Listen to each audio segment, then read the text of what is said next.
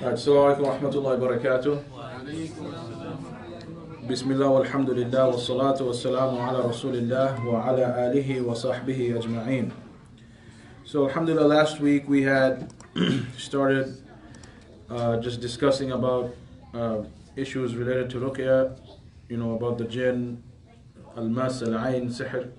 We said we will end the Ruqiyah process. We're going to discuss everything in detail. And last week we just covered just some knowledge about the world of the jinn, what Allah subhanahu wa ta'ala and His Messenger sallallahu alayhi wa sallam said regarding the jinn. And we looked at everything, alhamdulillah, related to the jinn. Now, the next thing that I want to mention, of course, that we learned about the jinn, we also learned how to, some of the sunnah things that you're supposed to do and say throughout your day, the adhkar, saying Bismillah when you close your doors and the windows, covering your food with Bismillah, and so on and so forth. And also, especially the adhkar you're supposed to say while before taking off your clothes, going into the bathroom, and so on and so forth. Now, the next thing that happens is the issue that, Allah forbid, if someone doesn't take their precautions, or if Allah wills to test someone, right? Because all types of musibah is a trial from Allah subhanahu wa ta'ala. Some people are struck by losses in their business. Some people lose their job. Other people have troubles in their marriage with their children. People have illnesses. They get sick. Just like that, sometimes Allah wills to try some of His slaves with issues related to jinn, like possession of various kinds. And this is the aqidah of Ahlul Sunnah wal Jama'ah. There is an ijma'ah, meaning a consensus among all the scholars of Ahlul Sunnah, that this is part of our creed, that Allah forbid, sometimes people can be touched by the jinn and be possessed by the jinn. And as Imam Ibn Taymiyyah rahimahullah mentioned, that this is the fact that a jinni can enter a human body. This is proven by the ijma'ah of the scholars of Ahlul Sunnah wal Jama'ah. Right? So this is part of our aqidah, that we believe in this, that it can happen. And Allah subhanahu wa ta'ala indirectly implied this in Surah Al-Baqarah, that when He's talking about the Day of Judgment, that الَّذِينَ يَأْكُلُونَ الرِّبَى, those who used to deal with riba, with usury, that لَا يَقُومُونَ إِلَّا كَمَا يَقُومُ الَّذِي يَتَخَبَّطَهُ الشَّيْطَانُ مِنَ الْمَسِّ. They will be swaying left and right like in a drunken state, as if they took a severe beating, like the beating that someone gets when he has been touched by a shaitan. Alright? So leading him into insanity. So Allah subhanahu wa ta'ala here clearly mentions that يَتَخَبَّطُهُ الشَّيْطَانُ مِنَ الْمَسِّ, the beating that comes from the touch of shaitan.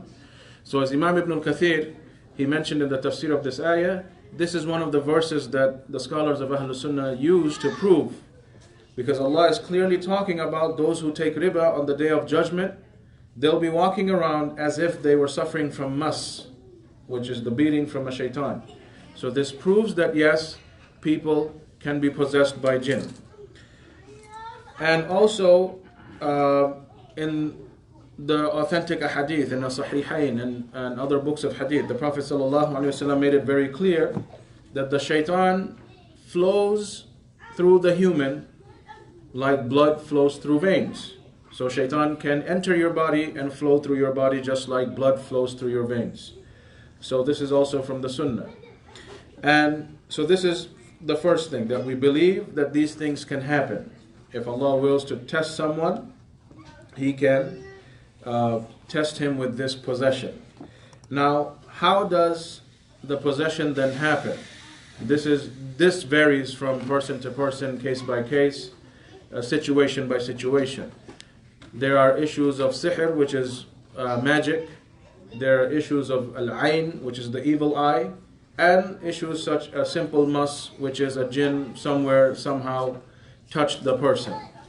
So before we go into the issues of al-ayn and sihr, which is more detailed, let's give an example. like if you don't say your adhkar, like the kids who were here, well, all of you were here last week. Before you take off your clothes, what are you supposed to say? Bismillah. So let's suppose a man or a woman forgot to say Bismillah and is changing their clothes. And there's shayateen all around us. At that moment, maybe a shaitan liked the man's body or the woman's body. And that shaitan touches the person. This is a type of possession, a type of mas. This happens. So mas only happens when you are not careful. You forgot to say Bismillah. You were doing things out of the ordinary. Like another example can be given. The Prophet ﷺ said in an authentic hadith, do not urinate in holes in the ground. Okay, this is an authentic hadith. So kids, if you're playing in the field, you find a little hole, don't start urinating in it. Boys, all right? So use the hammam, the proper methods, or hide behind a bush. If you're in an open field, there's no bathrooms, whatever it is, go behind the bush. But do not urinate inside the holes. Why?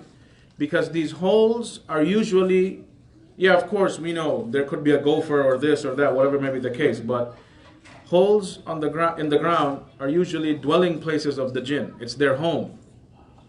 So imagine if someone came to your house and started urinating all over the walls. You'd beat him too, right? So the same concept. If you're urinating in the holes, Allah knows best. What if it's a house of a jinn? And that jinn, out of anger, retaliates and touches you and possesses you. So it can happen. So it's from the sunnah the Prophet ﷺ gave us all these precautions.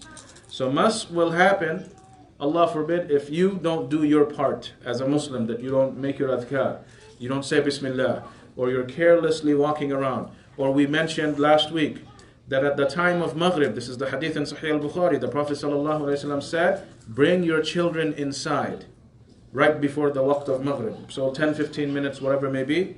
Why? Because that is the time when the shayateen are running around, trying to go back to their homes or leave their homes, whatever may be the case. And they can touch your children, meaning possess them. Mas. So this is how mas happens. That if someone doesn't take their own precautions, this is how it ends up happening. And from personal experience, we have seen that in a lot of cases, majority of the cases for women who get possessed from mas is always because they don't observe the proper hijab and a shaitan falls in love with them. Okay, this is something that Allah mentioned in Surah A'raf, that the shayateen وَقَبِيلُهُ, okay, and his soldiers, they can see you from where you can't see them. Right, we mentioned this. So you may not see them, but the shayateen are always there. Alright, so in most cases of women being possessed, if it's not from ayn or sihr, meaning regular possession, it's always because most of the times a jinn, a shaitan, liked what he saw in the woman. Her hair, her arms, whatever may be the case. So hijab is not just a protection against the eyes of men, sisters, it's also a protection from the eyes of shayateen when you're outside. And inside, of course, everyone, we're supposed to say Bismillah before we change our clothes and so on and so forth. And it can happen to men too, because shayateen there are female jinns as well. So the same thing can happen, that if you go around exposing your aura, all right? And this is to answer, one of the young brothers in the masjid had told Zamin to ask the question on their behalf. This is one of the reasons why you're not allowed to walk around in your house naked. Because you don't know what shaitan, this is fine. May like your body and this and that and possess you. It's not from Islam to do this. All right, it goes against our modesty. Even though there is no one in the house, you're by yourself. Still, this is not from the adab of Islam that you just walk around with your aura exposed. Okay, so these are the precautions that we have to keep in mind. And if you do this, inshallah, then you are safe from any kind of mas attacks ever. Now, the next thing that we see is the issue of al-ayn. And this is a little bit more detailed, and sihr would be the most detailed. Probably we'll get into it next week, but we'll see. So ayn, this is translated as evil eye. All right, this is translated as evil eye, and it refers to a person harming another person with their evil eye. That they hate something in the person, what they see, they can't stand the good in other people, and they wish destruction upon that person. And Allah subhanahu wa ta'ala even revealed ayat in the Quran, right? Let's say Surah Falaq. The first ayah is what, kids, in Surah Falaq? قُلْ أَعُوذُ بِرَبِّ الْفَلَقِ. Say, I seek refuge in the Lord of the daybreak. And the last ayah that you're seeking, you're making isti'adah with Allah subhanahu wa ta'ala for different things. And the last ayah is وَمِن شَرِّ حَاسِدٍ إِذَا حَسَدٍ.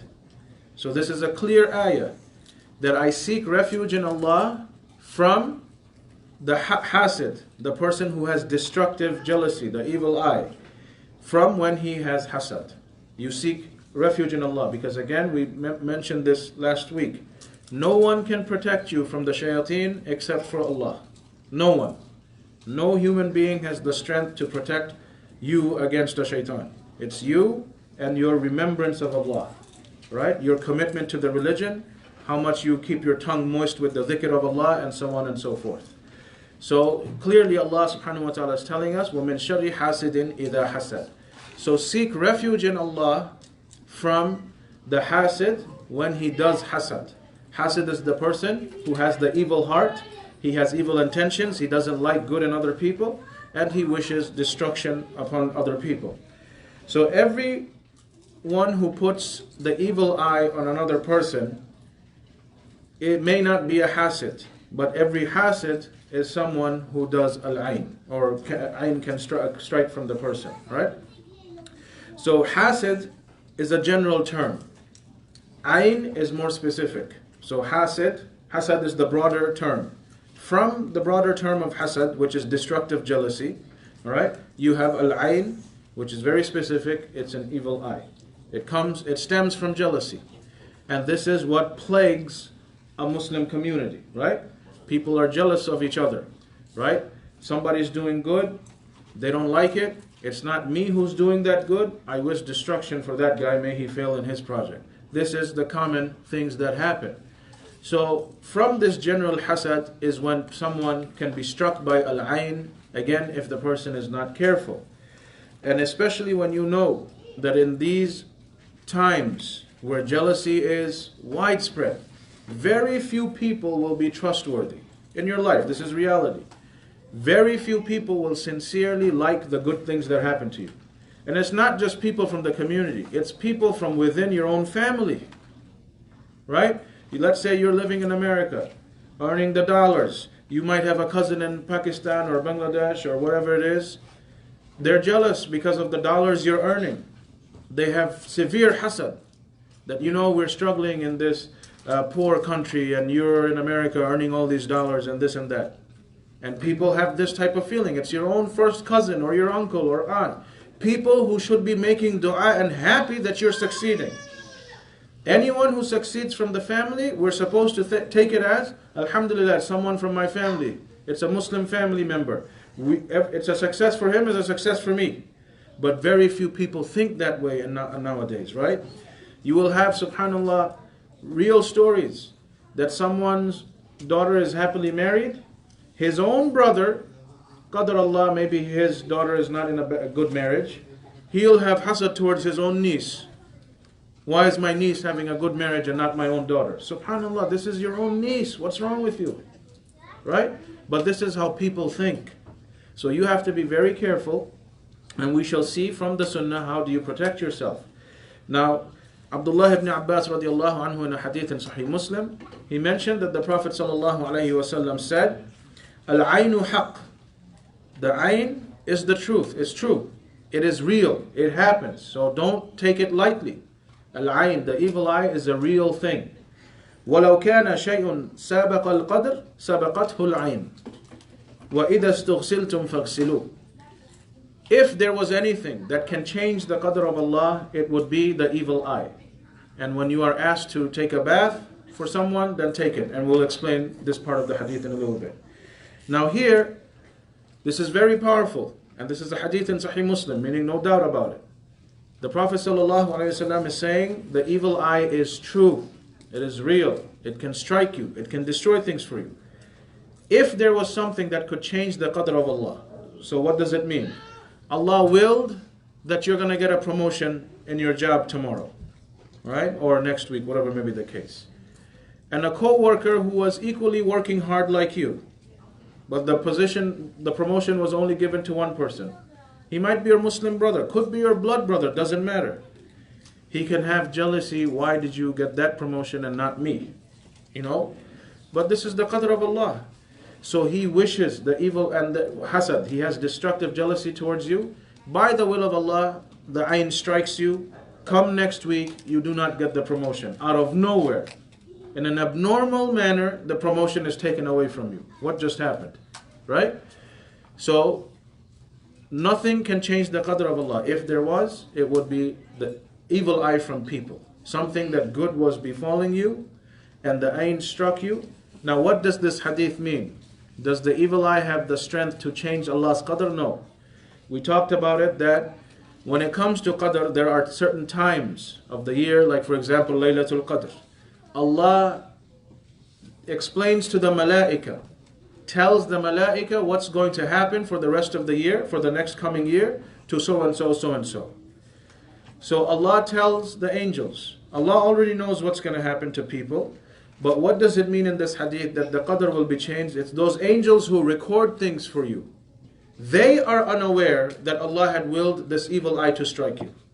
So for them, this is first time information, not for Allah. Okay, you have to be very careful in how you understand this. Ayn doesn't change Allah's decree. Allah has already decreed that you will be struck by the ayn. This is a test for you. But the angels who record at the get-go, maybe they know, okay, in the month of August, Muhammad is going to be offered a promotion and he'll get it. So they write it. A day before, Allah is telling the angels, because there is also daily qadr, Allah is telling the angels that tomorrow he'll be struck by the evil eye, his promotion will be taken away. Whereas 6 months ago, the angels knew that the promotion is coming. So the qadr, the decision from Allah to the angels has been changed. But Allah already knew that this was going to happen from before. But anyways, but the point of this hadith is that the evil eye is something that is real, and we have to believe in it. And it's part of our iman, it's part of our aqidah. Allah even revealed ayat in the surah Falaq. Okay? Then we see the second part of the hadith, وَإِذَا اسْتُغْسِلْتُمْ فَاغْسِلُوا. If you are asked to make ghusl, then make ghusl. What does this mean?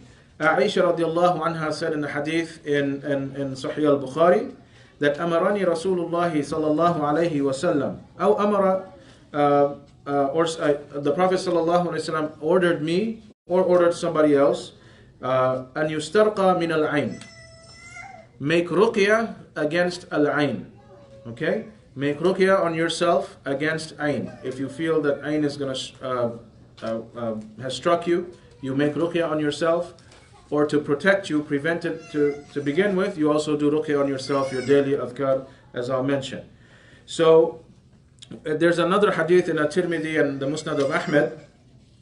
Asma bint Umays radiallahu anha, she said that Allah's Messenger, Allah's Messenger, the children of Ja'far, right, have been afflicted by the evil eye. Who was Ja'far? The Prophet sallallahu alaihi wasallam's? How was he related to Ali?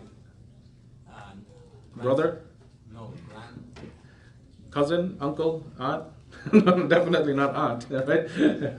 Alright, think about it, let me know. Alright, so anyways, so Ja'far was afflicted by the evil eye, his children, Ja'far's children were afflicted by the evil eye.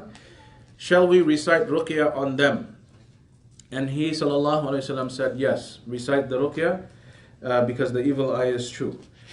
Then again, in another hadith in Abu Dawood, Aisha radiallahu anha said that the person who had been put an evil eye on another, the person who did the evil eye on someone else, that is the person who should be ordered to make ghusl. And this is the command from the Prophet sallallahu alaihi wasallam that we already mentioned from Sahih Muslim, that وَإِذَا اسْتُغْسِلْتُمْ فَاغْسِلُوا.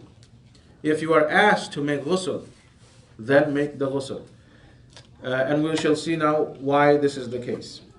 This is a story that happened with the Sahaba. And this is mentioned in quite a few of the hadith collections. But this specific narration is from the Muwatta of Imam Malik.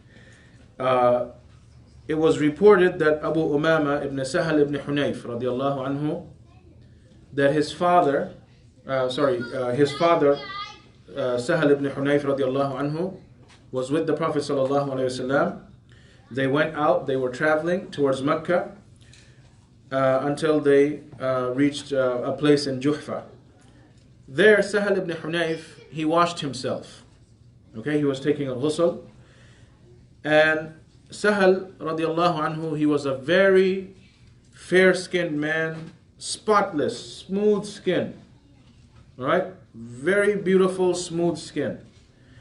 So then, Amir ibn Rabi'a radiallahu anhu, he saw him when he was making the wudu or ghusl, whatever may be the case. And he said, مَا رَأَيْتُ كَالْيَوْمِ وَلَا جِلْدَ مُخْبَأَةٍ. I have never seen such beautiful skin, even from a virgin. Like he really, Sahal radiallahu has like super smooth skin. So Amir ibn Rabi'ah, he said, I've never seen such smooth skin before this day. So what happened? فَلُبِطَ Sahal. Immediately, Sahal radiallahu anhu started suffering a seizure and he collapsed. Right? Within a matter of minutes or whatever may be the case. Then he was brought to the Prophet sallallahu alaihi wasallam. The other Sahaba that were with them in the journey, they saw what happened. He's having seizures. They brought him to Rasulullah and then said, this is what's going on with Sahal. Can you help? So then the Prophet sallallahu alaihi wasallam asked them what happened to Sahal. And then the other Sahaba, they knew what happened. That he was, washing himself. Amir ibn Rabi'ah was there. And this is what Amir said about Sahal, and then Sahal started having this seizure. Then the Prophet ﷺ, subhanallah, told the Sahaba, عَلَى مَا يَقْتُلُ أَحَدُكُمْ أَخَاهُ. Would any one of you kill their brother? I mean, look at the severe statement the Prophet ﷺ made. Would you like to kill your own brother? They said no. So then he said, إِذَا رَأَ أَحَدُكُمْ مِنْ أَخِيهِ مَا يُعْجِبَهُ فَلْيَدْعُوا بِالْبَرَكَةِ. If any one of you sees something that you like in your brother, right, you are amazed with, فَلْيَدْعُوا بِالْبَرَكَةِ. Make dua to Allah to put barakah in your brother. This is what you're supposed to do. So then the Prophet ﷺ called Amir and he said, اغتسل له. Okay? Make the ghusl for Sahal. And then فغسل عامر وجهه ويديه ومرفقيه وركبتيه وأطرف رجليه داخلة إزاره في قداح. So then Amir radiallahu anhu, he washed his face, okay, then his hands, then his elbows, then his knees, the end of his feet, and inside his izar, and he put all that water was being collected in a bucket. So as he's washing, right? ثُمَّ صُبَّ عَلَيْهِ. And then at one go, you're supposed to take the bucket and pour over so he poured over Sahal, over from the back of his head. فَرَاحَ سَهْلٌ مَعَ النَّاسِ لَيْسَ بِهِ بَأْسٍ. Immediately Sahal got up as if nothing was wrong with him and he's all fine with the people. This is the quickest way to cure ayn. Right? That if you know where the statement came from, you got struck by ayn, you tell the person, can you wash yourself for me, and then I'll pour it over myself. And this can happen. And certain real situations. There was a situation, I remember, a brother, when I was in Maryland, he was visiting me from out of town. He did Eid with us. And he was newly married. He went to the Eid gathering. And his wife was a revert, a Caucasian American who accepted Islam, then married him. So, and you know how Desi people are when it comes to white people, right? Yeah. Oh my, because that's the skin color of their British masters. So anyways, they get fascinated. So this sister, this was her first Eid Salah. So when And I was there doing the Eid prayer for that community that year.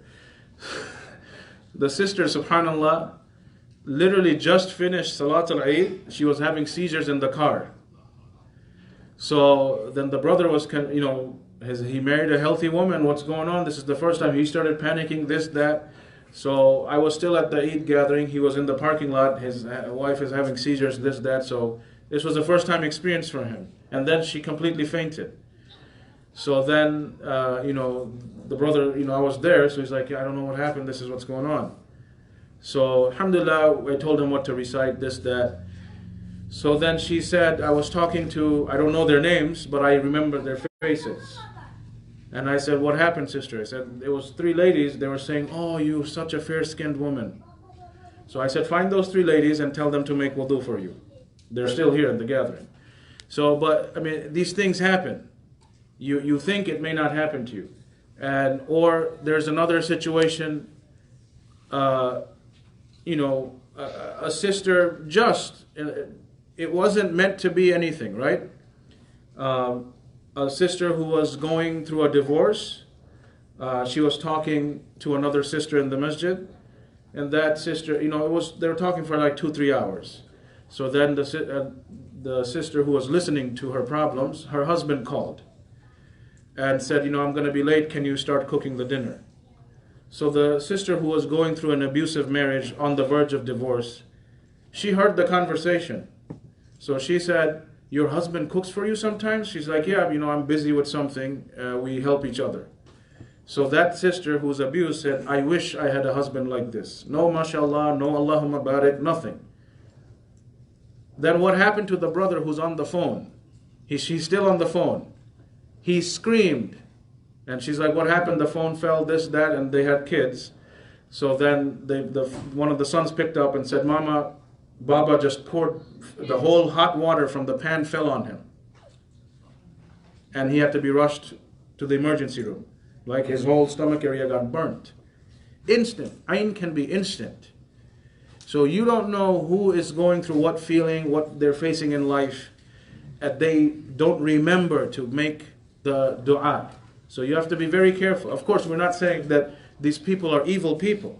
But it's just that the feeling that comes from your heart, that you are deprived of some goodness, you see a goodness in another person, but you don't say, Allahumma barik, right? Or barakallahu fi, right? May Allah bless in this for you, or whatever may be the case. So here another correction has to be made, that a lot of times we think that saying mashallah is enough. But the hadith clearly says, فَلْيَدْعُوا بِالْبَرَكَةِ. Make the dua for barakah. So you say to your brother, Allahumma barik alayk. Right? Somebody got a new car. Oh, okay, Allahumma barik alayk. Or if you can't remember, say, may Allah bless this car for you. May Allah bless your marriage. May Allah bless your children. So you have to make the dua for the barakah, for the blessing from Allah subhanahu wa ta'ala, and that's what protects you from the ayn.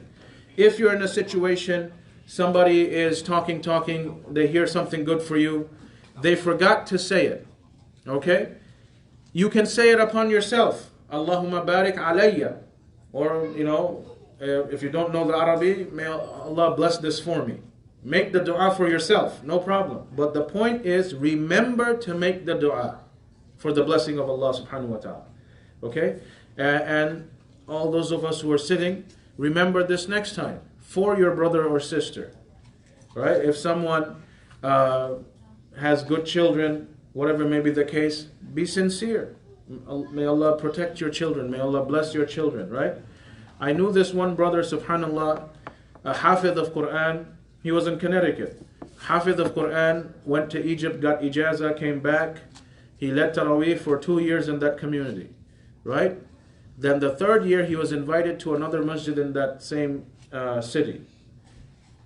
After the first night of Taraweeh, he could not even recite Surah Fatiha on the 2nd night. Right? And this was his 3rd year. His father knew me because I went to their masjid for lectures before. So I said, no, your son's a hafidh, of course he knows all the Quran, so I don't have to help him. But then I talked with him, told him. So he literally had to take a break from leading Taraweeh in that masjid for 10 days. So the first 10 days he couldn't. He literally could not even recite Surah Fatiha.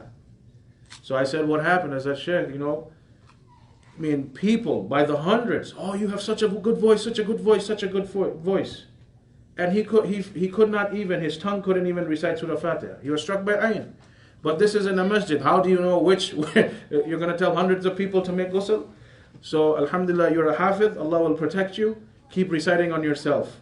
And we'll see you, inshallah, when we do the Ruqiyah process, what surahs you're supposed to recite. So he did this for almost 10 days. Alhamdulillah, everything was fine. From the 11th day, he went, led the Taraweeh rest of the time, everything was fine. So these are things that can happen to people who are religious. Has nothing to do with, of course, if you're irreligious, you're only opening the door more because you're not making your own adhkar. But this is something that you're always supposed to do. Be cautious, be mindful. Make dua for barakah on your brothers and sisters that you see that they have something good. And you yourself, you have to say your adhkar. Whenever Hassan and Hussein radiallahu anhuma used to go out, the Prophet ﷺ would take his two hands on his two grandsons, one on each of their head, and he would make the dua for the protection against the ayn. So you do the same thing. That you can do nafath, we said, blowing like this. You can hold yourself with your hand and say it, that أعوذ بكلمة الله التامة من كل شيطان وهامة ومن كل عين لامة. This is the dua, right? Inshallah, maybe next we'll make sure I'll bring the printouts for all these adhkar, so everybody has a copy, inshallah, no problem. Right? So it's just one sentence. So for your children, for yourself, all right, you say this dua, that, oh Allah, I seek refuge in the most beautiful words of Allah against, the perfect words of Allah against the evil, from His wrath, from His punishment, from the evil of His slaves, and from the evil promptings of the devils and from their presence. So this is what and the evil eye. So this is what you're seeking protection from. You say this dua, inshallah, no problem. All right, no problem. You go on, live with your life, but that's when it happens. Shaykh Ibn Uthaymeen, rahimahullah, he made a beautiful statement. Al-ayn doesn't mean that someone really hates you and this and that. If you get struck by ayn, it means you forgot to remember Allah. That's what it means, right? And it can happen. Even the most religious of people can forget sometimes to say the dua. And then if you are met with people who are, they don't know this sunnah, or they don't make the dua for you, and they say something like this, you can be struck because you didn't seek that protection from Allah to begin with. When we're leaving our house, Bismillahi tawakkaltu ala Allah, wa la hawla wa la quwwata illa billah. This is from the sunnah. Before you leave your house, say these du'as so that when you're outside, you are protected by Allah subhanahu wa ta'ala. Only when you forget to say these adhkar, you open the door for shayateen to harm you. Okay? So this is how we are supposed to live. And as I said, if you know, like for example, in this couple examples I gave, that you are fully aware, somebody said something, you start having seizures, or somebody said, one of my best friends, he bought a new car, came for Salatul Dhuhr, he came to show it to me, let's go for a ride, and we were still in college. So he just got a job. He finished his degree, got a job, mashallah, he was an engineer. This is his first ever car that he bought with his own money. Very nice car, right? So, you're young, you're only 23 years old, you bought this car. He had an accident when we were getting out from the parking lot. Some other person came and just hit him. Right? So these are things that can happen. But you have to remember to make your adhkar. Right? You make the dua. Even if people don't say the dua, whatever it is, you recite on yourself, you'll be protected. Okay? So if you know that someone put the ayn, like from this example, this can happen. My wife was telling me a story that happened when she was in Darul Hadith in Yemen. One of her friends that bought a car, they were driving, and it's Yemen, women driving to class is weird. Right? So whatever may be the case, So alhamdulillah, they got a new car, they're going. And these are all students of knowledge. There's no awam there. Everyone is in that university to learn the religion, not some random person who knows nothing. So the other sisters who are also there, students of knowledge, they saw the car, whatever may be the case. The car that same day was not starting. Brand new car, couldn't start coming home. So my wife and her friend brought it to the teacher, and the teacher said, everyone in the classroom make ghusl, wash yourself. So they all did it. They poured it on the car. It still wasn't starting. Then the sheikh noticed that every one of the students did it except for one student. So the sheikh forced her, you need to wash yourself too. So then she made the wudu, they poured it on the car, instantly the car started. So meaning the ayn came from her. Right? But this was a good environment. You came here to learn Islam, the sheikh noticed what's going on, he forced it. Right? And also, but the reason why I'm giving these examples, so that you understand, it doesn't matter what kind of environment you're in. This is an Islamic university. Everybody is a student of knowledge. Still, by mistake, ayn can be struck on something nice that you have. So we have to be careful of this. And you have to make your adhkar on yourself. So many people. And this is why it's from the sunnah, especially when it comes to marriages. The Prophet ﷺ forbade that when you're in the engagement period, let's say your son, your daughter, whatever may be the case, you're having marriage talks with somebody. That's called engagement in Islam. Not where you have a big party, exchange rings, dance. That's not engagement in Islam. Engagement in Islam means you are engaged in talking to someone to see if this person will be a good spouse for you. You're engaged in a marriage conversation. Right? The Prophet ﷺ said, during that engagement period, do not publicize it. Do not publicize the engagement. You're supposed to publicize the marriage after the nikah is done, after the walima is that you announce so-and-so is married. Okay? But during that talking, the prospecting stage, don't tell the whole world, brother, make dua, my daughter is, he's a doctor, he prays, he's this, he's that. You're not supposed to say this. Then in so many cases where the talk looks very nice, all of a sudden, abnormally, the family says, we don't want this girl. What happened? What's wrong? No, we just don't. So you don't know. When you spread this news, who struck with the ayn? And this is what happened. So you are supposed to keep your private life private. This is from Islam. Nowadays, because of Facebook and Twitter, I just had a hamburger. Everyone has to put a status about every single thing that they're doing in their life. Right? So this is you're not supposed to do this. And Facebook, somebody might have 2,000 friends. Those are not his real friends. He probably doesn't even know 1,900 of them. Right? Whatever may be the case. But social media is not a place of announcing the good things that happen to you. Right? Or what's going on. You will find so many times a brother, subhanAllah, we just came back from the doctor. Our baby and my wife is looking great and healthy. Why are you writing this? Right? And then, subhanAllah, a few weeks from there, the pregnancy is having complications. You're not supposed to do this. You're not supposed to do this. This goes against Islam. Your private life is supposed to stay private. When you have children, people are going to see you have a kid. Past 9 months, they're seeing nothing, and then all of a sudden, a baby in her arms. They'll know this is her kid. The people will find out. But you don't have to announce every visit to the gynecologist, everything is going nice. And some people will put up their ultrasounds on Facebook for everybody to see how the embryo is developing. This really goes against Islam. This is not wise. You are only exposing yourself to become victims of ayn from people. Right?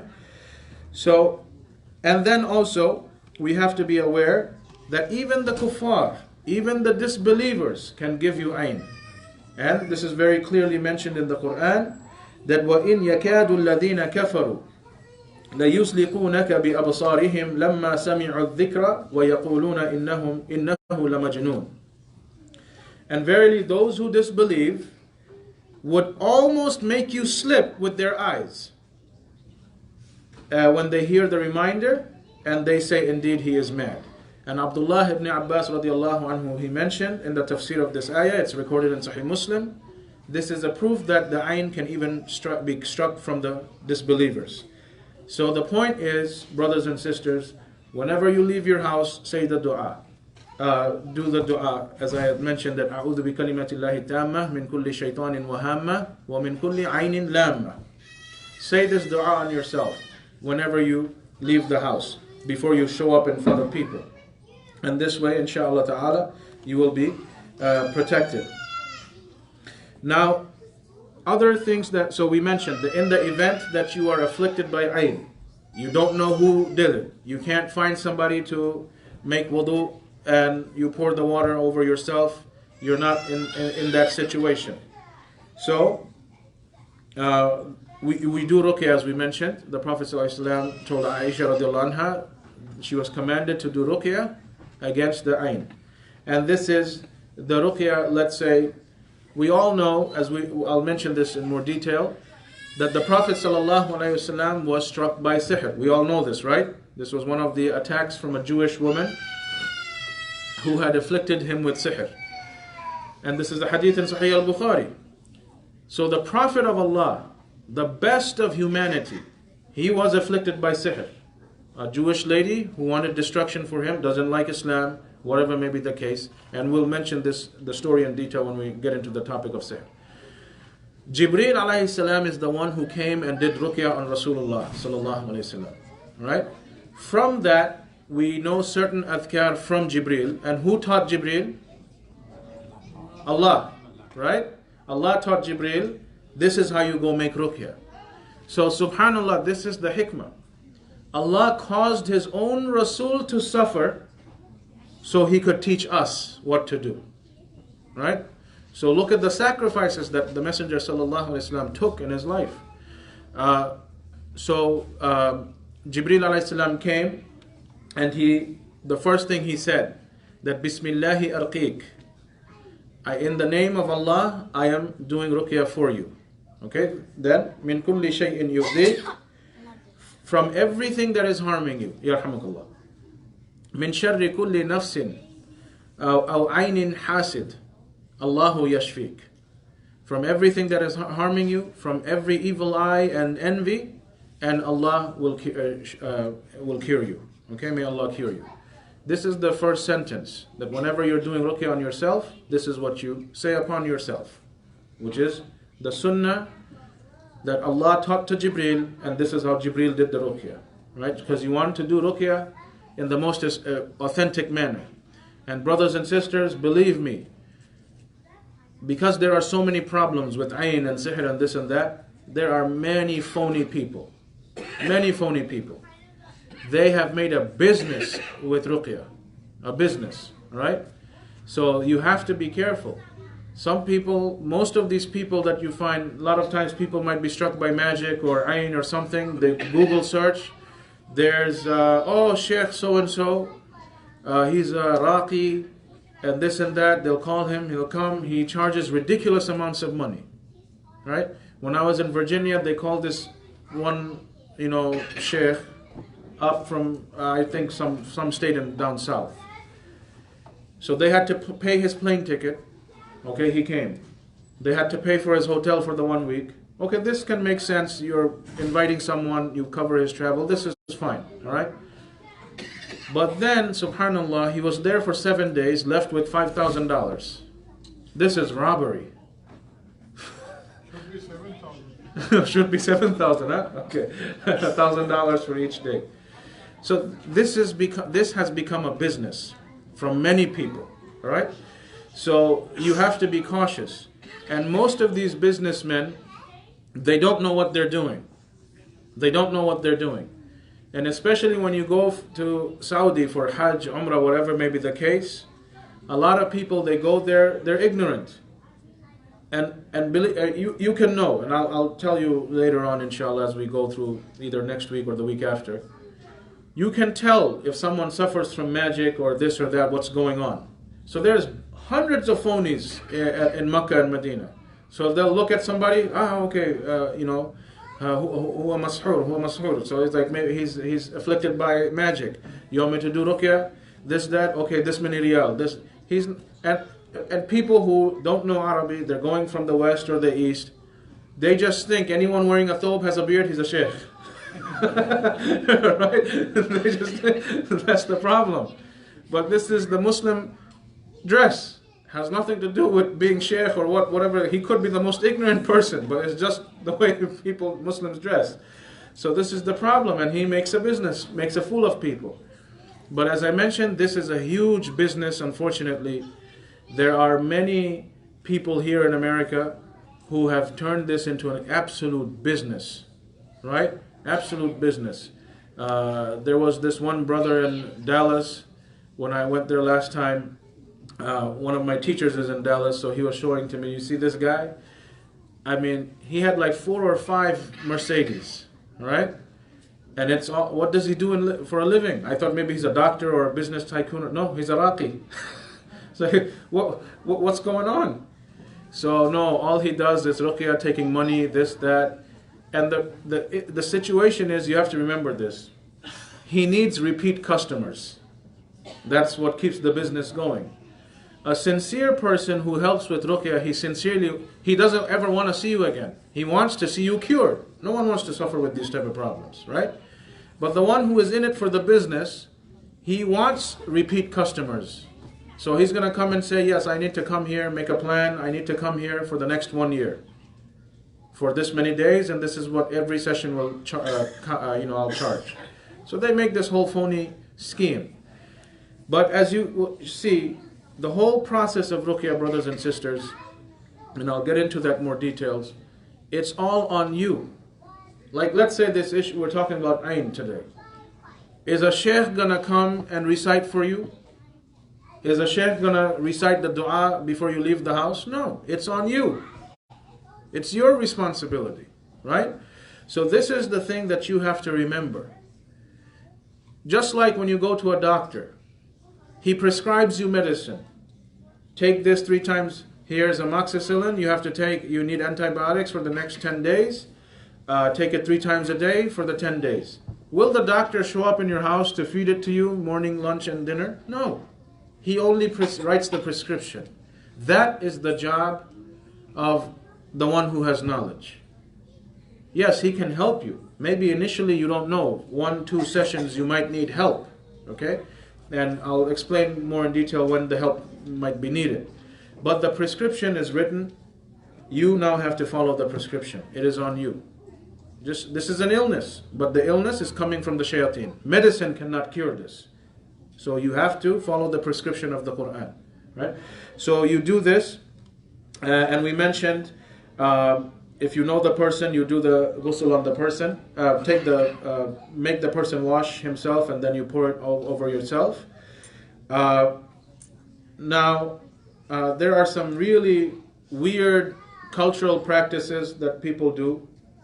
I've even heard, subhanallah, some people say if someone struck you with ayn, you have to take his urine or stool and put it in your house. So the filth from him can take the filth from his eyes away. I was like, yeah. So if you're already suffering from filth, there's filth. Adding more filth will make it more filthy. This is common sense. So all of this, of course, are bid'ah. This is haram. It goes against the sharia. The only cure is through the Quran.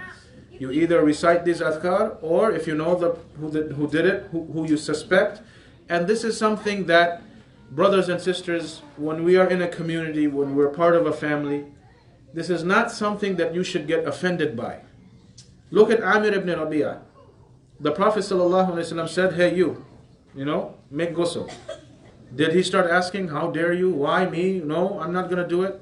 This is not the way for a Muslim to behave. We don't know. Maybe I said something without thinking, unintentionally, and it ended up harming my brother. And if he says, you know what, I'm kind of suspicious, I don't know, just to get that discomfort away from me, why don't you just make wudu for me and I'll pour it over? It's just literally going to take you 2 minutes.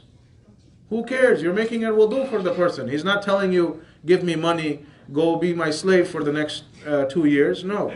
Just make wudu for me. That's it. Very simple. So this is not something that you should ever be offended by. If you hear, if a sister is asking another sister, can you make wudu for me? Don't be offended.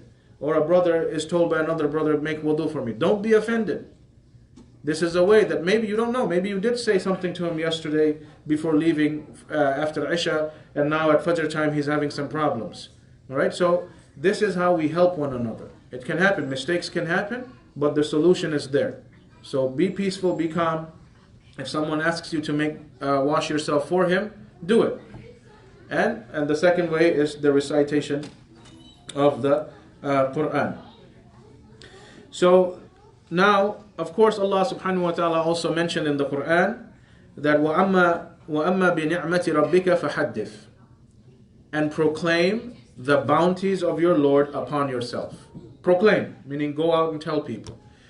This ayah, as the Prophet sallallahu alaihi wasallam mentioned, it's not referring to the fact that, again, you put it on social media, tell the entire world what good things are happening to you. No. You at least tell some people that you trust. Because part of being grateful to Allah is that you proclaim His bounties upon you. So you have a friend that you know for many years. You have a co-worker, you have a classmate, you have a community member that you trust, you built a good relationship with. He trusts you, you trust him. And Allah has repeatedly shown you that you can trust him. Right? With those type of people, you can, inshallah ta'ala, share some of the khair that happens to you, so that they will sincerely make, today the questions are coming even before even before we open Q&A. Alright, so you can share the good news with them. Something good happens to you at work, come and share it with your wife. Something good happens, your brother or whatever may be the case, those whom you trust, you share it. So that you are proclaiming the khair that has happened from Allah. You're being grateful to Allah that alhamdulillah, I was making so much dua for this thing to work out. Alhamdulillah, it finally worked out. I'm so grateful to Allah. Like, this is how you're supposed to talk. Make shukr to Allah for the good that has happened, and you do share it with some people. Right? Now, again, before ending this issue of the Ain topic, brothers and sisters, think of Yaqub alayhi salam. Yaqub alayhi salam had how many children? How many sons? 11. 12. Okay? Yaqub alayhi salam is the father of who? Yusuf alayhi salam. Okay. Alright. So Yaqub alayhi salam is the father of Yusuf alayhi salam. Al-Asbat are the 12 sons of Yusuf alayhi salam. Yaqub alayhi salam. So he is a man who had 12 sons. Something to be really proud of, right? I have 12 sons. People still think this way, even though this is a jahili practice. It's nothing to do with Islam. But whatever the case, this Yaqub alayhi salam was blessed with 12 sons. And what did Yaqub alayhi salam say to his children? وَقَالَ يَا بَنِيَّ لَا تَدْخُلُوا مِنْ بَابٍ وَاحِدٍ. O my sons, do not walk through the same door at once. All 12 of you. Don't. Take turns. Right? Go one at a time. Don't all walk through the same door at the same time. Because then everyone will know 12 brothers, 12 sons. This is Yaqub alayhi salam, a prophet of Allah. Alright? And his other name was Israel. This is from whom Bani Israel came. So he's a very significant prophet. Even he was afraid of al-ayn for his children. So there is no way that me and you can feel arrogant, ayn will never strike us. No. You can't think that way. You have to take precaution from shayateen. They were all good specimens also, like manly and everything, yeah. So وَادْخُلُوا مِنْ أَبْوَابٍ مُفْتَرِقَاتٍ. But enter in different gates. Enter through different doors. 12 of you take 12 different doors. Nobody needs to know. Right? So, إِنِ الْحُكْمُ وَمَا أُغْنِي عَنْكُم مِّنَ اللَّهِ مِنْ شَيْءٍ. But at the same time, he told his sons, take the precaution. Then he also taught them the lesson. I cannot help you in any way. Okay? Inil hukmu illa lillah. The decision is only with Allah. So you take your precautions while knowing it is only Allah who can protect you. Right? But you still have to take the precautions. Like if someone says, you know what, I'm a great driver, it's alright, I'm going to drive on the highway without any seat belts. I have Allah. I have tawakkul ala Allah. No, you don't. This is, if you die, you'll die a foolish death. You did not take your precautions. You tie your seat belt and you have tawakkul ala Allah. That's the iman of Muslims. That's what faith tells us. So, Yaqub alayhi salam clearly said, take your precautions, go through the 12 doors. Don't go through the same door, take different doors. And know that I can't, as a father, even though I'm a prophet of Allah and your father, I can't help you. No one can protect you from evil except Allah. Right? Alayhi tawakkaltu wa alayhi falyatawakkalil mutawakkilun. Upon him I rely, and upon him all the mutawakkilun rely upon. You are supposed to rely upon Allah alone. So we take this lesson from Yaqub, from a prophet of Allah himself. So be this way, all right? Be this way. If you have children, whatever may be the case, whatever it is, that take the precautions so that, inshallah ta'ala, ayn does not strike you.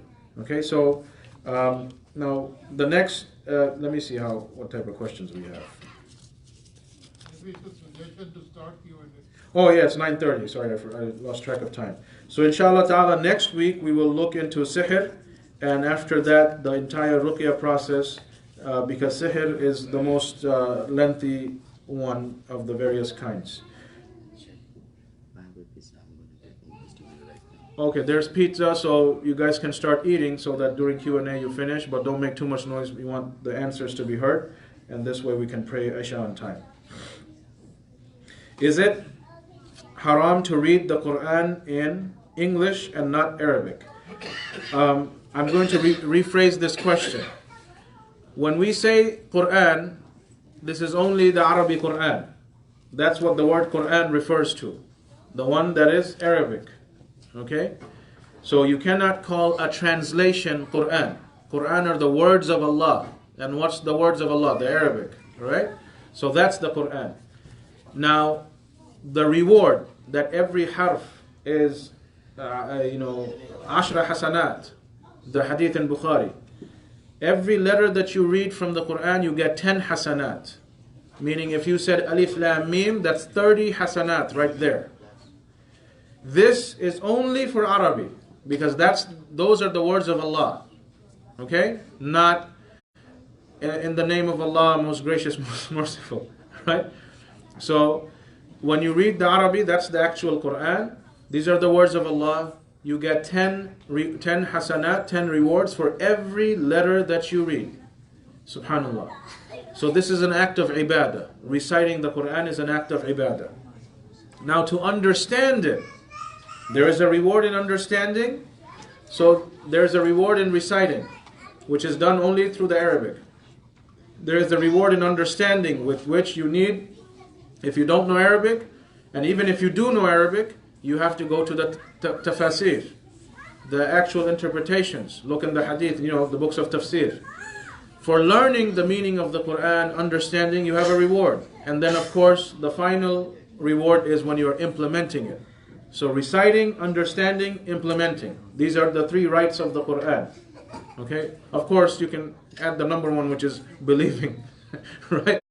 So if you were to look at it, so 4 rights of the Quran. Right? But that's, alhamdulillah, for Muslims it's understood. So it's not haram to read the English translation. Rather, this is encouraged. Okay? Even if you know Arabic, you understand the Quran by reading the tafsir. And of course, books like Tafsir ibn Kathir and so on has been translated in almost every language. So you have to read these when you're in your free time so that you can understand the Quran properly. Okay, so you get a reward for that. Follow? Yeah. Assalamu alaikum. Alaikum salam. If you are relatively new to understanding the religion, Yeah. is it all right to read the translation, or is it preferable to read the tafsir? Translation doesn't always give the meaning, because there are so many verses. Just reading the translation, you don't understand nothing, or at least you don't understand the actual message. You would have to go to the tafsir, which brings in a hadith or an interpretation from the Sahaba. Then you get the idea. So even someone who is new to here, you have a question? Paper? Oh, okay. That you would read the tafsir, but of course at the same time, you want to make sure that you read the right kind of tafsir. So if you're fairly new to Islam, and then you go Google search and you read some Shia tafsir, you just went from one kufr to another kufr, right? So it's not going to benefit you in any way. So at least someone has to be taught, right? What are the right books, so that this person can go and research and learn from them. Yes, Brother Shakir. Yes, sir. A man or a amil has the power to capture the jinn? This I was going to go into Ruqiyah when we talk about details of Ruqiyah, but this is, since you brought it up. So the brother asked, does any person have the ability to capture jinn? Right? So you call them jinn catchers.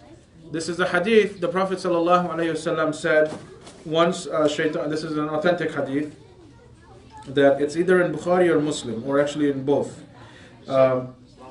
Yes. Oh, whoever wants pizza, go ahead.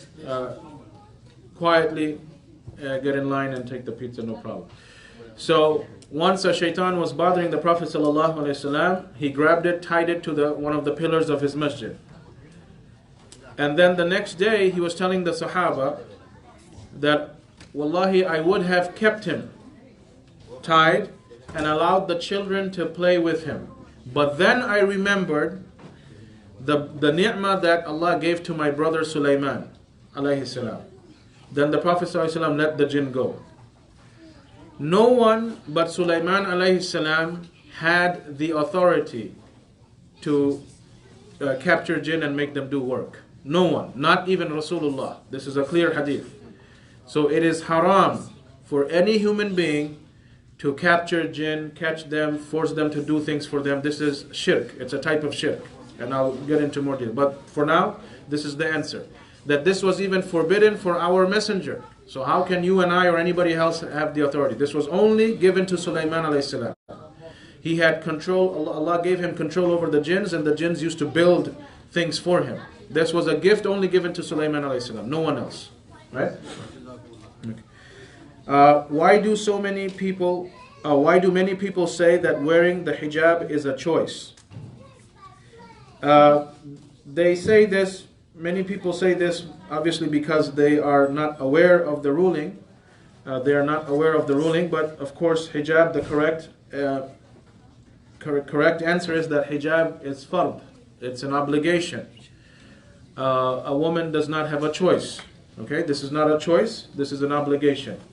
And Allah subhanahu wa ta'ala mentioned that Ya ayyuhan nabi قل لأزواجك وبناتك ونساء المؤمنين يدنين عليهن من جلابيبهن. Right? O Prophet, command your wives, your daughters, and all the believing women to do what? To take their jilbab, the cloak that covers from head to toe, to take it and cover their entire body. This is so it's a command, right? So the command is given to the wives of the Prophet ﷺ, his daughters, and nisa'il mu'minin, all women of the believers. So this is a clear obligation. It's a command. It's not a choice, right? So now this is the thing.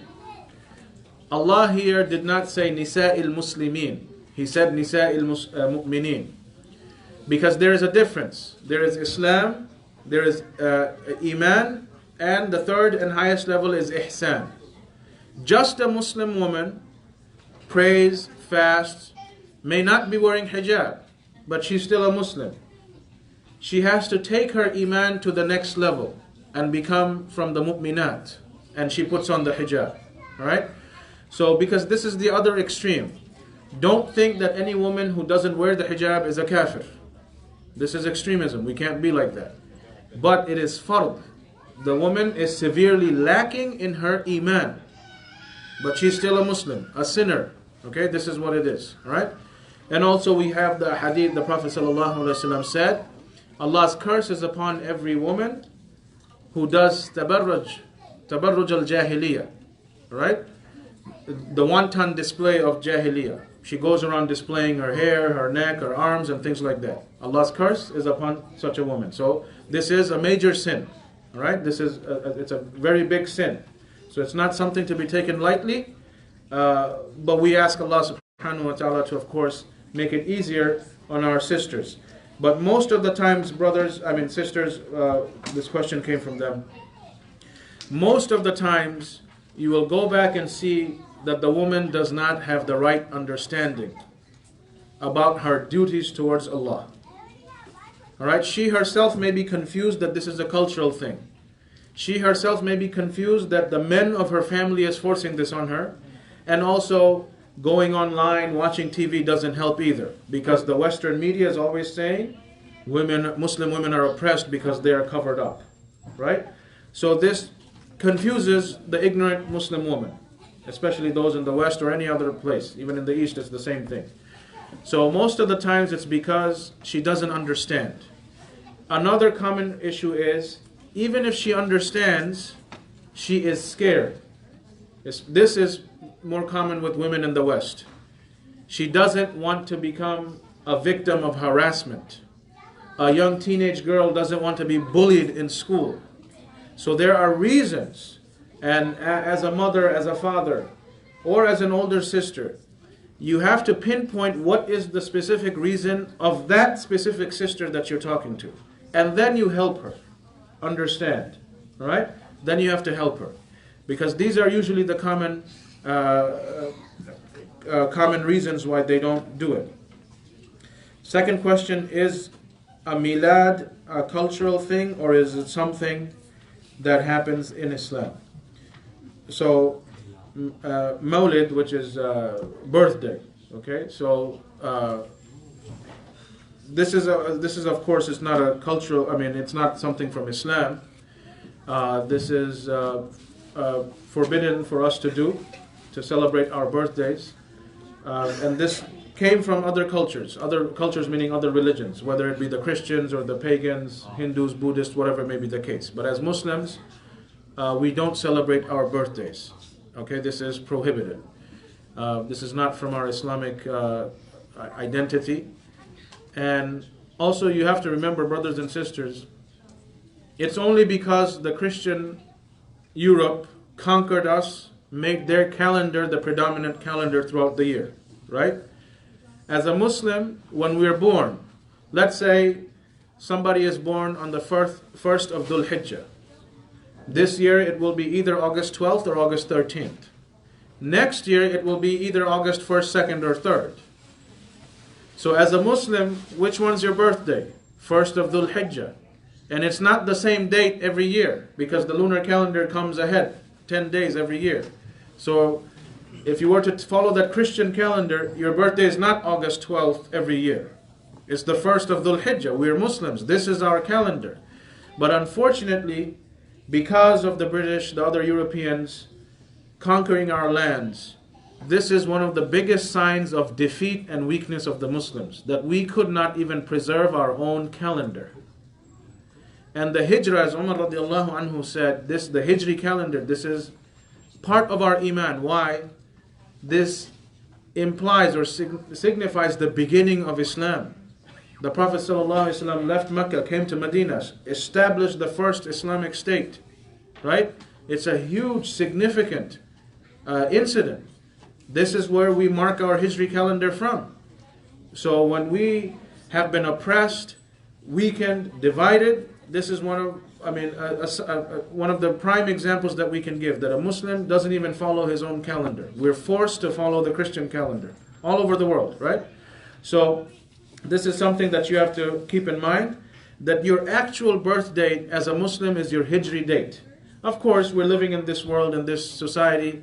You use your Christian calendar birthday for legal documents, no problem. This is all fine. I'm not saying you completely disregard it. You're not going to be able to do legal things.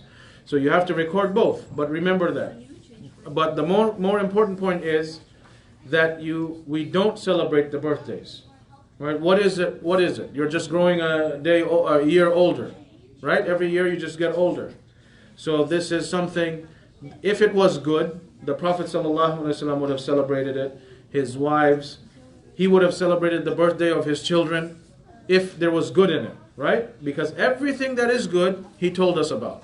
So there is no good in this. That's why we don't do it, right? Yes, brother, you have a follow-up question? Just to be sure, can I celebrate my birthday on 1st of Dhul-Hijjah if there is no cake and no candles? No, that even if you know your Hijri date, you don't celebrate it. Right? I meant like a house milad. Okay, that's see the Mawlid, or this is in the terminology in Arabic is referring to birthdays. But I know culturally speaking, in Pakistan and Bangladesh, what they refer to milad is something else. Like, let's suppose someone gets a new house, right? So then they'll invite like 30, 40 people, have a dinner, they'll invite Imaam, and the Imaam comes and recites Quran. Yeah. Right? So this is the milad that you're talking about. This is also not from Islam, not from the Sunnah. This is not something that you do. You buy a new house, whatever it is, inshallah free from riba, of course. That's number one thing that you should focus on.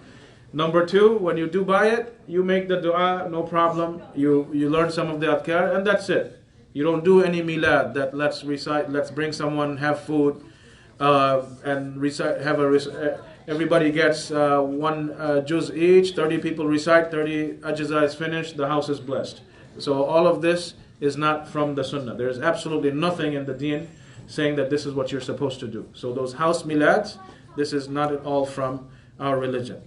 And also, just for general knowledge, I know, let's say, most of people from our countries, they are predominantly from the Hanafi madhab, their background. It's not even from Abu Hanifa or his students, nothing. It is unheard of. This concept of milad did not exist until just maybe the past 100 years. Okay? So there is no way Abu Hanifa said this is okay. It was unheard of in his time. Right? So it has nothing to do with madhab. It's just not from our religion. Okay. When this is kind of scribbled. I can see when and okay, when you change first, you then say Bismillah. Oh, okay. When do you say Bismillah? Before you change your clothes, before you take off your clothes, you say Bismillah and then you take off your clothes. Is there a question?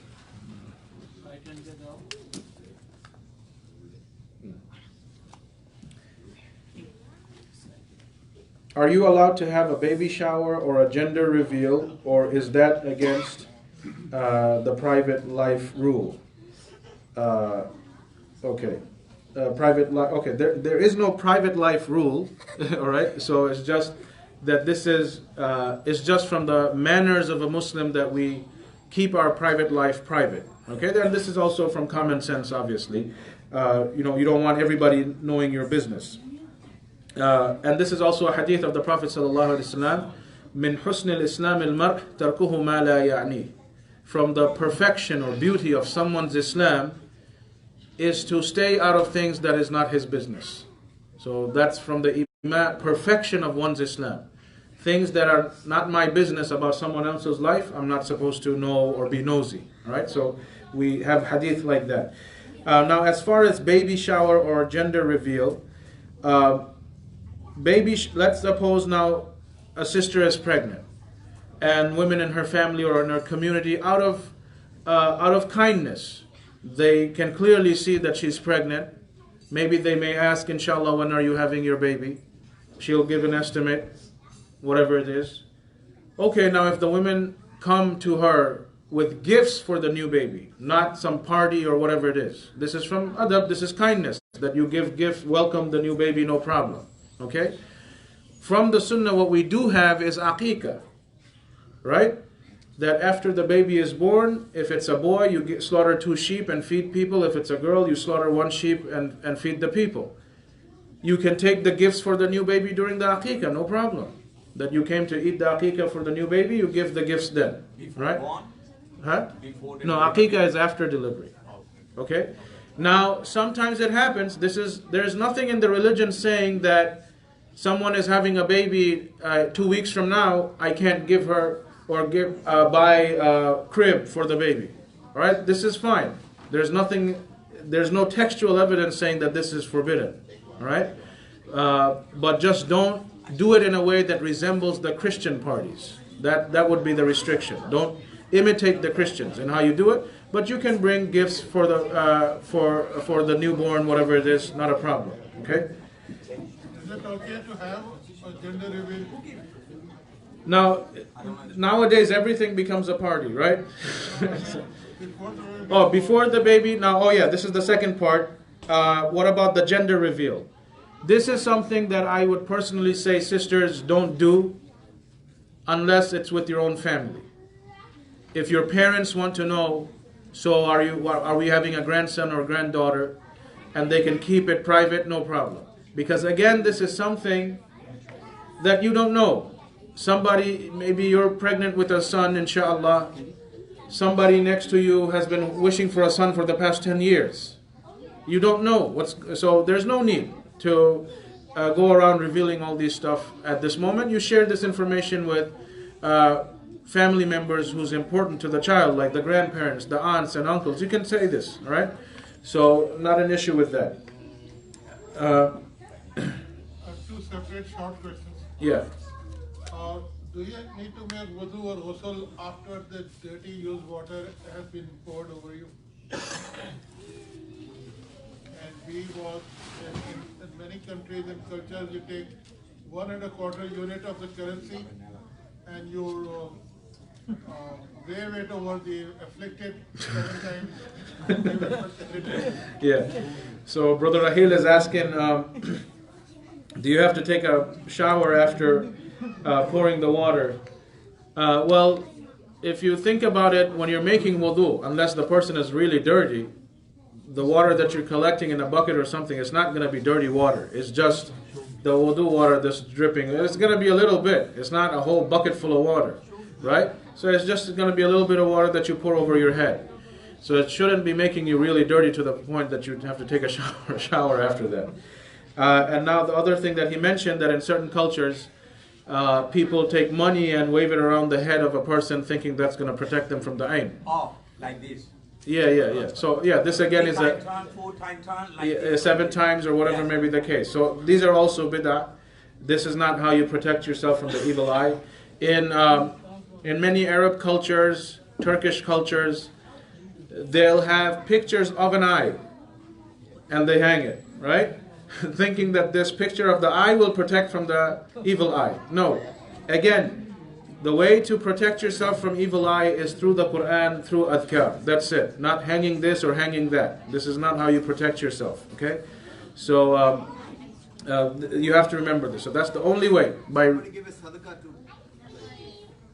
Yeah, this is probably, I've seen the sadaqah happen too, right? An elderly person gives gifts to the little kids by twirling the money around the head. Yeah, that's right. So there probably is a superstitious belief behind it, I'm sure of it, but I mean, someone else can tell me. But I have a feeling there is some superstitious belief regarding them taking the bill and twirling it. Is it okay to do it in a club? No, of course not. It's a $1 bill. Okay, so when you do buy a new house, what is the best thing to do to bless the house? So like I said, kids, just keep it down a little bit. So as I said, if Allah blesses you with a new house, you just make dua to Allah by yourself for the protection. Make sure you recite Quran in it yourself. Like the Prophet ﷺ said, any house in which Baqarah is recited, shaitan does not enter that house. All right, so that's on you. You don't invite other people to recite Baqarah for you. You are supposed to recite Baqarah in your own house. So these are the things that you would do. That's it. You make dua to Allah to bless your house, and that's it. There's nothing else extraordinary that you're supposed to do. How about to put reciting CD or YouTube reciting Quran? Yeah, well, the hadith clearly mentions a person reciting. Now, of course, having the Quran playing in your house, you're listening to it, whatever may be the case, this is always good. Even listening to the Quran, that's fine. All right? Now, of course, don't play the Quran and start cursing each other, right? You and your wife getting into a cursing fight, and the Quran's playing in the background. You're doing two wrongs at the same time, right? Okay. Yeah. What about that? I see that recently in the one house, Muslim house, they put in a plastic at the door, what you call Yasin or Al, Ali, Batasa, stuff like that. They write it down. Yeah. Full square. What is it?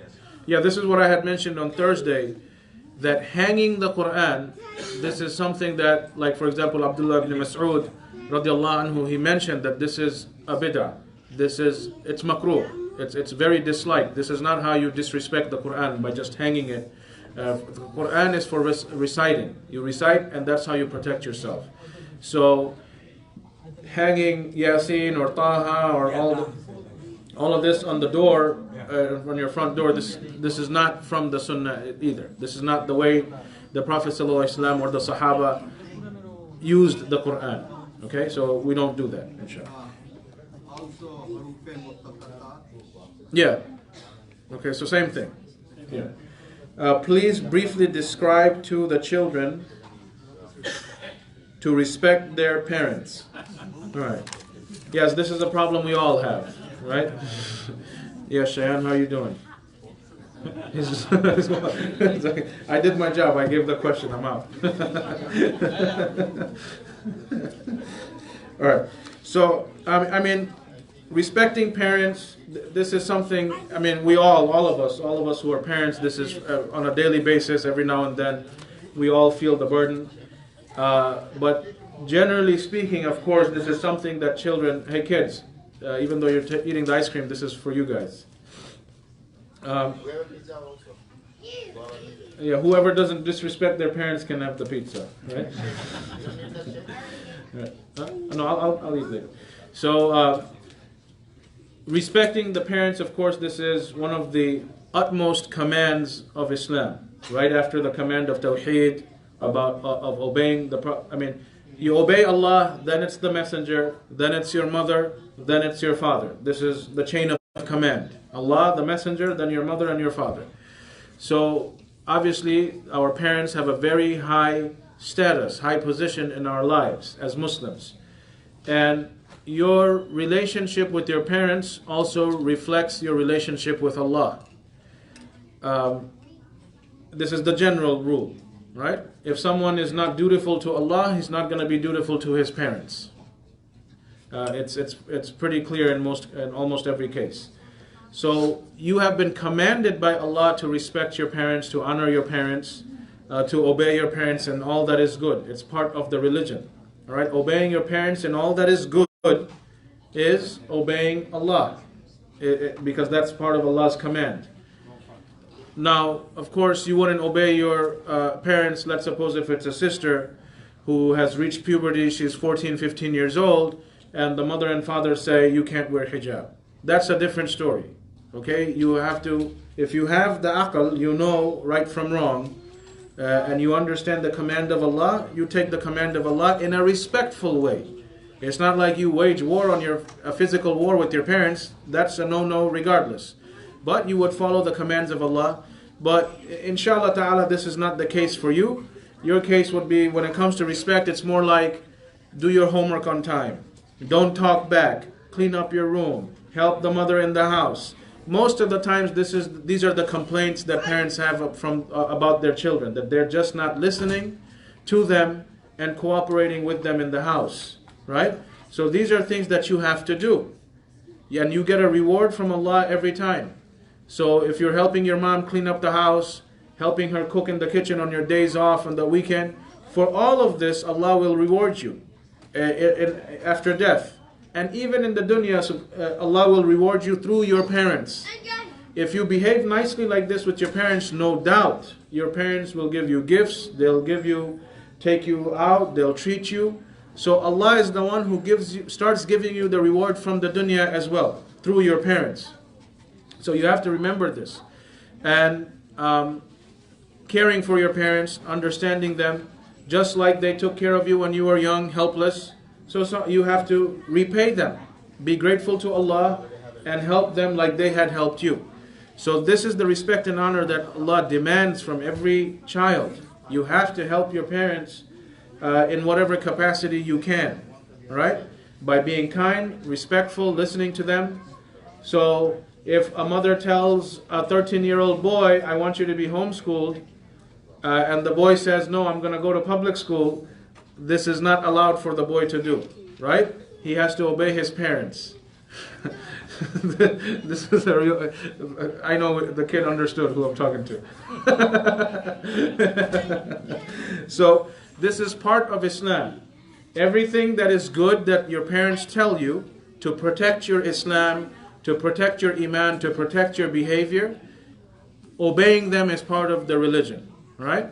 So, or I want to pull you out from the public school and inshallah going to put you in 6th or 7th grade at the school here. You have to listen. This is part of obeying your parents, because this is clearly something that they are saying to do, for you to do, that is good for your religion. So this is a big sin if you don't listen, right? So things that are directly related to religion, you will be a big sinner if you don't listen to it. And things that are related to the dunya issues, like helping them in the kitchen and helping them in the house, whatever may be the case, these are dunya issues. We're supposed to deal with our parents bil ma'ruf, with kindness. This is a religious obligation as well. So keep this in mind, children. But of course, we're Bani Adam. We're going to make mistakes here and there. But overall, you should be dedicated to respecting and honoring your parents in every way possible. Is having an imam making dua or a lecture in a wedding a cultural thing?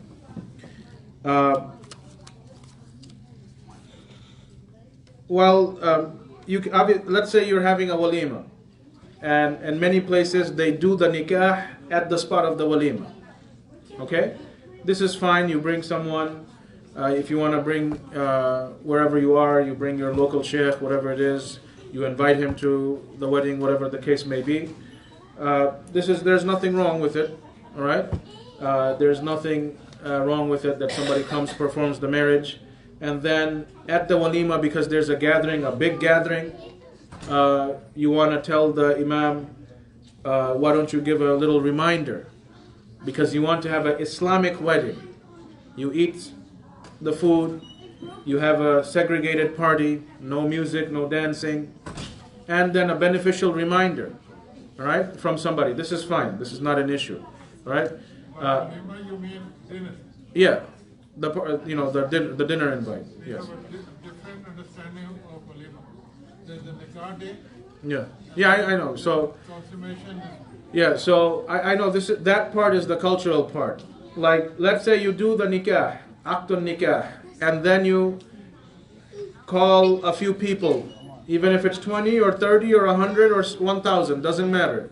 You invited certain people after aqdun nikah was done and you fed them. That's the walima, right? You already fed people and announced to them that my kids are married, whatever may be the case. So this is fine. But inshallah, please don't invite me to do a wedding if there's going to be music and dancing. I won't show up. I'll do the marriage in the masjid, then you guys can go and celebrate at the hall, no problem. So no restrictions to doing marriages in the masjid. Don't worry about that. That's fine. maybe you want to rephrase that. Rephrase what? That you go and do it, no problem. Yeah, if you come to the masjid for me to do the marriage for you, no problem. But also if you want me to come to the walima and do the marriage, no problem either. Only if there is no music, dancing, and mixing. What is the ruling on wearing the hand of Fatima or those blue eyeballs for protection? I already mentioned this. The hand of Fatima is specifically a concept of shirk from the Shia. All right, because you know that many Shia sects, they worship Fatima radiallahu anha, just like the Christians worship Maryam. All right, so the hand of Fatima came from the Shia. They have a hand and they call it, this is the hand of Fatima, this is going to protect you from all evil. So that's shirk without a doubt. And then of course we mentioned about the blue eyeballs. This is a bid'ah concept. A picture of an eyeball is not going to protect you from ayn. you would have to recite the adhkar and the Quran on yourself. Hey, boys, Fatin, you had a question. You forgot? Okay. No, ask the question, no problem. The younger girls in the back, inshallah, just keep it down a little bit. Just a few more minutes, and then I think last few questions. What was your question, Fatin? Okay, you forgot. Too much ice cream, giving you a brain freeze. Okay, should a person be paranoid now and think that anything bad that happens to them must be the evil eye? No, of course, this is another form of extremism in understanding. Don't be paranoid, right? If you did your dua, you did your adhkar, freely live your life. So two things. You took your precautions. And what are the precautions? Two precautions. You made your dua and adhkar, and you keep a balance in how you lay out your private life. You took your precautions, that's it. No problem. Live your life and leave the rest to Allah. That is what tawakkul ala Allah means, right? Because if you become paranoid, let's be real. Anytime we leave the house, if Allah wills, we can die in a car accident. Will someone say, you know what, I'm not even going to get in a car ever again. I'm just going to stay in my house. It doesn't work that way. You have to have tawakkul ala Allah, do your job, recite on yourself, say the dua, and then you live on with your daily life. No problem. Okay? So do not become paranoid, because paranoia is waswasa from shaitan. You have to be mindful of that. Yes? You mentioned a lot of examples from a friendly evil eye. How about can somebody on purpose deliberately give you the evil eye? Repeat, I was actually reading a question that a brother asked on Facebook. You mentioned a lot of examples from friendly, by mistake, evil eye. How about can somebody deliberately, on purpose, out of jealousy, give you the evil eye? No. This again goes back to the will of Allah. Okay? A person has that destructive jealousy, destructive thinking, destructive look. When you know that some people are evil like this, it's from the sunnah. You keep yourself away from their, being with them too much, unless it's really unavoidable, like in a public place. If you know, for example, kids, just keep it down, inshallah, keep it down, just 10 more minutes. Like, for example, let's say you know someone really hates you, dislikes good, he's always verbalizes it, behaves in that way, whatever may be the case. If he invites you, this is not a person who you should really mix in that manner. He already hates you. Anytime he gets an opportunity, he makes it clear in his words or his behavior. So you would want to keep your contact with him at a bare minimum to protect yourself. But no one can give the evil eye by themselves. This is all by the qadr of Allah. Only Allah controls this. That's why I had mentioned in the beginning, like every illness and musibah in life, this is also by the qadr of Allah. If Allah wills to try you in this way, you will be struck by the evil eye. Right? But your job is to seek the protection and the precautions, and then leave it to Allah. Okay? If Allah gave us a way to protect ourselves from the evil eye, then why should we have to keep some of life events secret when we are already protected? So this was the same understanding, that this is a hadith the Prophet ﷺ was explaining to a Bedouin, that you have a camel. You don't just let the camel roam around freely saying, Allah is protecting me, I'm making my adhkar, whatever may be the case. My property will not be stolen. But the Prophet ﷺ told that Bedouin, tie your camel, then you have tawakkul ala Allah. So you have to do all that is termed as taking precautions. Part of taking precautions is to keep your personal life events personal. Okay? That's why even words that we use, you have a private life and you have a public life, right? In any language we use these terminologies. So keep your private life private, right? Keep your private life private, and your public life, of course, everyone can see what it is. It's already for the public eye as it is. So protecting your private life is part of taking the precautions and the way we understand our religion. Tie your camel, and then you have tawakkul ala Allah. Okay, the last question.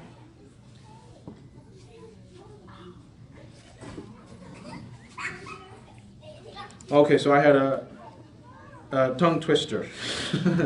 I had a slip of tongue. So I'm getting a reminder to correct myself. Alhamdulillah, it helps when you have someone who also is paying attention. So I had a slip of tongue earlier when I was saying the ayah from about Yaqub alayhi salam. I said muftariqa, but it's muttafariqa. Okay, that's what it is. Muttafarriq. So go to the different doors. All right, so that was the last question. Inshallah, okay. Oh, Brother Imran asked it. Okay. Some people swear on the Quran, but they are lying. What is their punishment? Well, this is a lie, of course. That if you take an oath by the Quran, see, the thing is, this is the concept of wallahi that we have. All right, I swear by Allah. It is used very loosely. Like nowadays, especially, those who are Arab, you guys know. Wallahi, I have to go to the hammam. Right? It's become like this, even with my kids. We keep telling them, don't do this. When you swear by Allah, this is something that is of heavy weight. This is how the righteous ancestors, the early generations used to understand. So when it came to issues of marriage, contracts, court issues, that's where people would swear by Allah. And it was known that someone said wallahi or took an oath, this is that by the Lord of the Kaaba, or words of oath by Allah. It was known that this person is speaking the truth because it had value and weight, that you're taking Allah's name. For sure you're not lying, right? Nowadays, because of how we have become, our oaths also don't mean anything. So we get the sin of lying, and we also get the sin of disrespecting the greatness of Allah's name, right? Sometimes people, and Allah knows our intentions, sometimes we will say, I swear by Allah, and I'm intentionally lying, using Allah's name just to sound more convincing. That is known to Allah. This is even, you're trying to use Allah to, gain supporters for your lies. This is even a bigger sin than a regular lie. So this is something that we have to be careful of. These are major sins. Okay, we know lying is a major sin as it is. And swearing by Allah and lying, this is also wrong. But here I would like to mention, I'll mention this again in the Thursday Taufique course that we're having. In many cultures, someone can say, I swear by Allah, he's not believed. But then he says, I swear upon my mother. He's speaking the truth.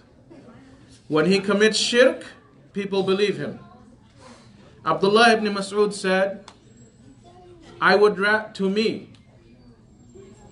hearing a lie by taking an oath from Allah is more beloved to me than hearing the truth by someone taking an oath for his parents, because that's shirk.